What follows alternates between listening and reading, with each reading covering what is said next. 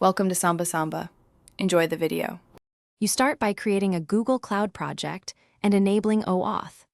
Once done, set up the OAuth consent screen with an app name and support email so users see who's requesting access. Next, you create an OAuth client ID for a web application or OID client. Copy the client ID and client secret into a secure note. Make sure authorized redirect URIs match your service exactly, because mismatches are the most common blocking issue at this stage. Now configure single sign-on in the application you're connecting.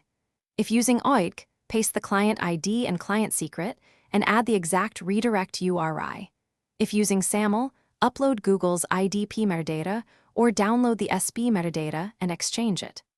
Once connected, request only required scopes like open-eyed email profile.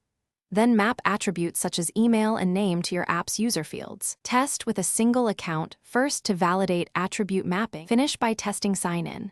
Sign in with a test Gmail account and confirm the app creates or links the user account correctly. Once satisfied, enable SSO for the intended user groups or domain and monitor login logs for errors. If something goes wrong, check 3 places first: redirect URI exactness, requested scopes versus consent screen, and clock skew between servers, which can invalidate tokens. If you still see failures, recheck client secret validity and rerun a single user test to reproduce the error. Thanks for watching. Consider subscribing if we helped you.